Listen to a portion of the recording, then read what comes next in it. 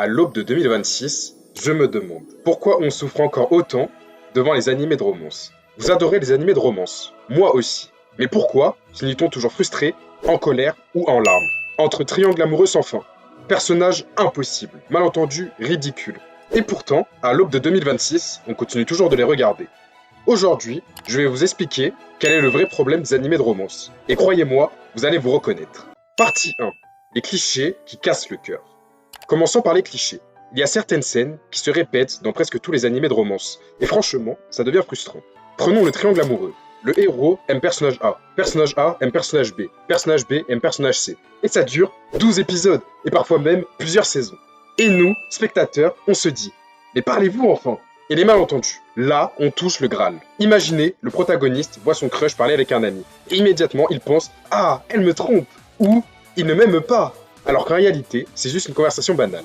Et voilà, toute la tension romantique repose sur ce genre de malentendus inutiles. Et bien sûr, il y a la peur de confesser ses sentiments. Chaque personnage passe une saison entière à hésiter avant de dire je t'aime. Mais pourquoi ne pas juste en parler? Non, il faut que ce soit long, douloureux, et que nous, pauvres spectateurs, souffrions avec eux. Partie 2. Des personnages trop parfaits pour exister. Ensuite, parlons des personnages. Ils sont beaux, intelligents, gentils, drôles, à vrai dire, presque parfaits. Et l'héroïne, souvent maladroite, mais tellement adorable, qu'on a envie de lui dire sérieusement. Mais ça n'existe pas en fait. Le problème, c'est que ces personnages ne grandissent jamais vraiment. Ils tombent amoureux, se disputent, se réconcilient, et tout recommence. On adore les voir, mais après quelques épisodes, ça devient répétitif et peu crédible. Partie 3. Des dialogues qui nous font hurler. Les dialogues. Parlons un peu des dialogues. Ah, les dialogues. Certains moments sont juste absurdes. Les phrases dramatiques à outrance. Les confessions amoureuses interminables. Et surtout, le fameux je ne peux pas te le dire maintenant.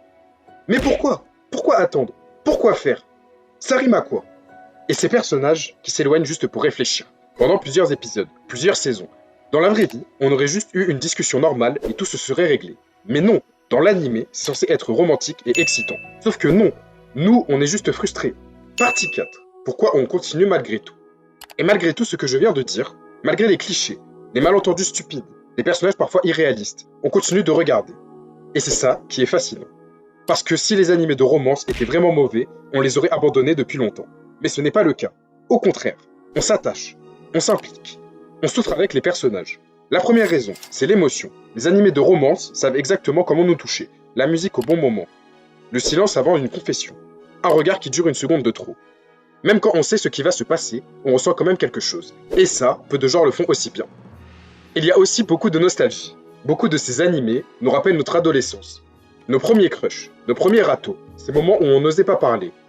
Ou un simple message qui pouvait nous retourner le cœur. Mais si aujourd'hui, ça nous semble stupide, à l'époque, ces émotions étaient énormes. Et les animés de romance nous replongent là-dedans. Et puis, il y a l'identification. Même si les situations sont exagérées, les émotions, elles sont réelles. La peur du rejet, le doute, la jalousie, l'espoir. On a tous ressenti ça à un moment de notre vie. Alors quand un personnage hésite, même pendant trop longtemps, une partie de nous se reconnaît quand même en lui.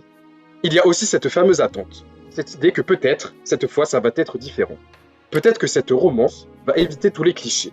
Peut-être que les personnages vont réussir à se parler. Peut-être que la fin va vraiment nous satisfaire.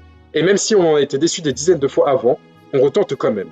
Et soyons honnêtes, parfois, malgré tous les défauts, ça marche. Il y a ces scènes qui nous restent en tête. Une confession bien écrite, une séparation douloureuse.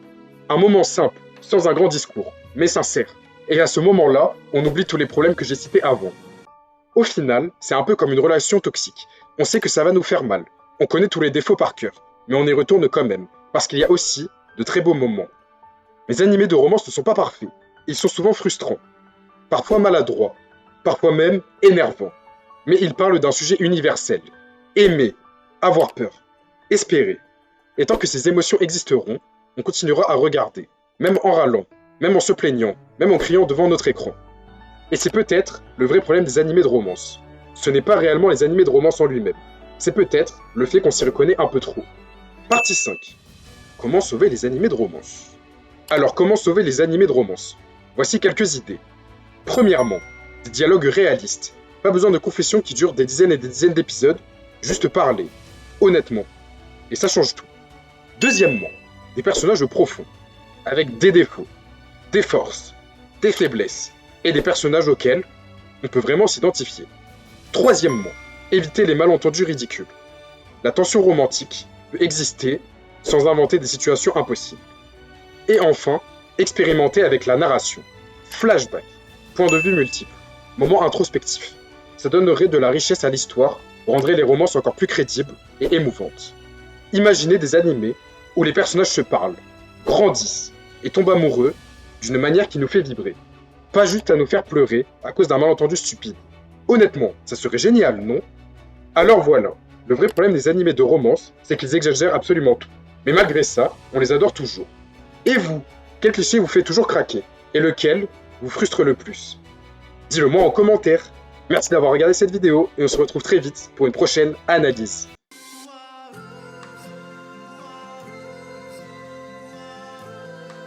Trying to imagine the world that could be waiting at the end of the road that's unrevealed to us. Silently the voices are calling to us. Will they disappear before they reach the destination?